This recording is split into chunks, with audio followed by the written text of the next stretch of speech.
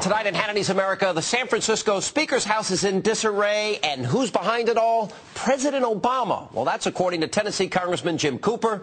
Now, Mr. Cooper, who was one of the 11 Democrats to vote against Pelosi's pork-laden so-called stimulus bill, well, he said in an interview Monday that the White House actually encouraged him to oppose the bill.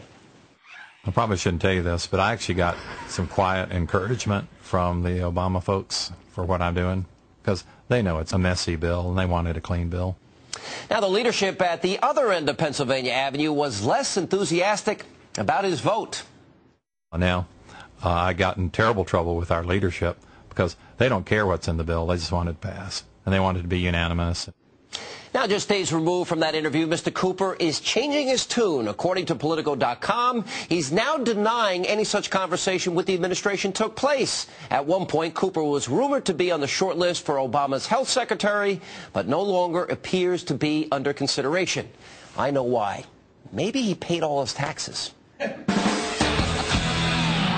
And despite the several snafus the administration has run into with its appointees, Obama press secretary, my good friend Robert Gibbs, is still trying to convince America that the president has set nothing but the highest ethical standards for his staff. Now, his comical attempt is nothing but classic. As I said earlier, the president understands that changing the way Washington works is not a 1 or 2 or even a 15-day project.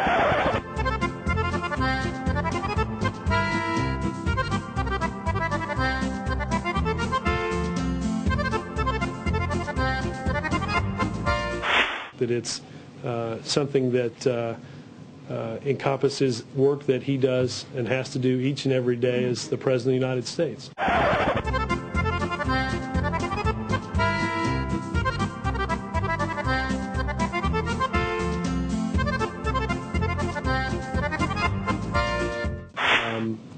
The President has set the highest ethical standards for this administration and has spoken often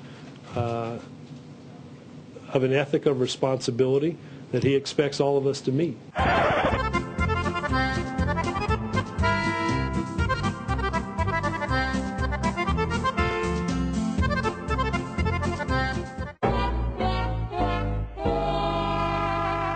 Yeah, your vetters. Now, that's exactly whose word you should be taking. They'll never steer you wrong.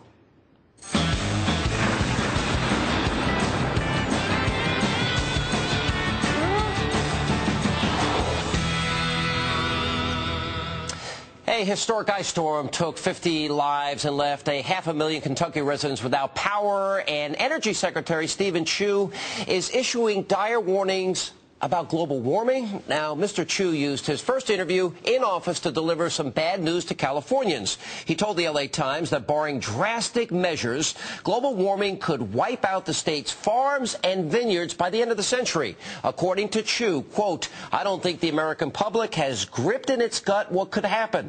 We're looking at a scenario where there's no more agriculture in California. And as if that wasn't enough, Mr. Chu added, I don't actually see how they can keep their cities going either. And with that, Mr. Chu, you may have surpassed our vanquished vice president to become the nation's leading global warming alarmist. Now, if you get nothing else done in your tenure at the Department of Energy, that is certainly an accomplishment. And finally tonight, more news from the Golden State. A Good Samaritan, he wants to clean up trash for free. So what's the government's response? Thanks? But no thanks? Mario Mendez lives along State Route 54 in a small town just outside of San Diego.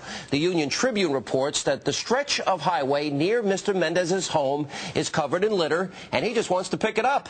But the do-gooder has hit an unexpected bump in the road. Mendez is being told that before he can work on California roadways, even simply as a volunteer, he must apply and be accepted into the official Adopt a Highway program. Well, he applied 2 months ago and still has yet to be approved because, due to legal reasons, the Department of Transportation has a statewide moratorium on all new entrants into the program, according to a district spokesman. The spokesman said, quote, we hate saying no to people offering to help. So my question is, why do you? Politics at its best, folks. And that is the news tonight from Hannity's America. Let not your heart be troubled. Stay tuned.